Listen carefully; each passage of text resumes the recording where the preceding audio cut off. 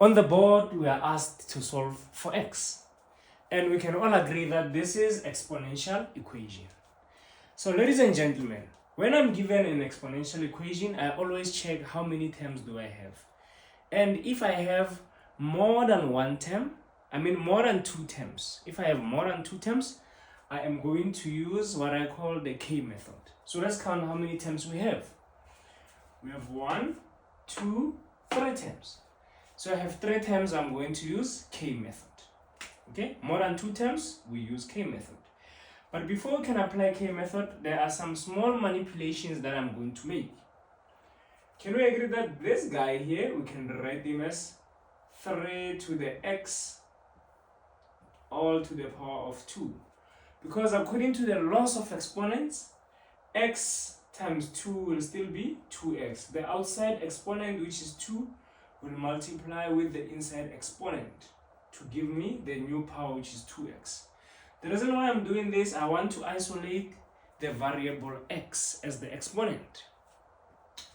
Plus, so that one can be written as that, plus 7 dot 3 to the x, that one is already isolated. And then I'm going to bring the 8 this side. So I'll say minus 8 is equals to 0. The reason I do bring the 8 to this side is because I see 3 terms. So my mind is already telling me I'm going to have a trinomial. Right. And then you always let this guy in the center to be k. You're going to say let 3 to the x to be equals to k.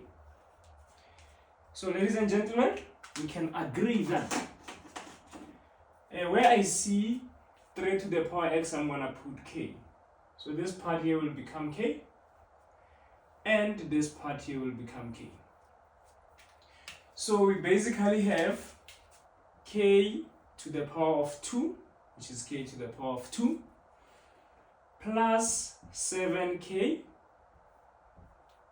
minus 8 is equals to 0. Now we need to factorize this trinomial, right?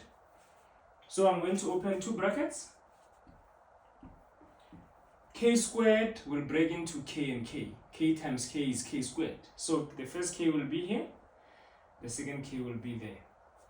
And then I'm going to look for 2 numbers that when I multiply, they give me minus 8. When I multiply, they must give me the last term. And when I add, they must give me the middle term. So I'm going to look. 8 and 1 gives me, okay, this must be negative 8 then, do you see? So that when I multiply them, they give me that.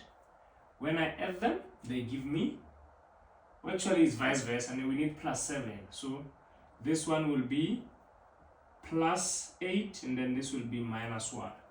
So that when I add plus 8 and minus 1, I'm going to get plus 7. When I multiply them, I get minus 8. I'm sure it makes sense, ladies and gents. So now, we found those numbers. It's what? It was plus 8 and minus 1 is equals to 0. Okay? And then we're going to apply the zero product property. When I have brackets multiplying each other equals to 0, we can say the first bracket is equals to 0, or the second bracket, which is k minus 1, is equals to 0. Here when I have k is equals to negative 8, or k is equals to positive 1. We just transposed, right? Plus 8 coming that side becomes minus 1 going that side becomes positive 1. And then k, remember, is 3 to the power of x. So we're going to say 3 to the power of x cannot be a negative number. Why? Because no matter what x value we put here, as long as the front is positive, the output will always be a positive. You can try it with any x value. The output is always positive.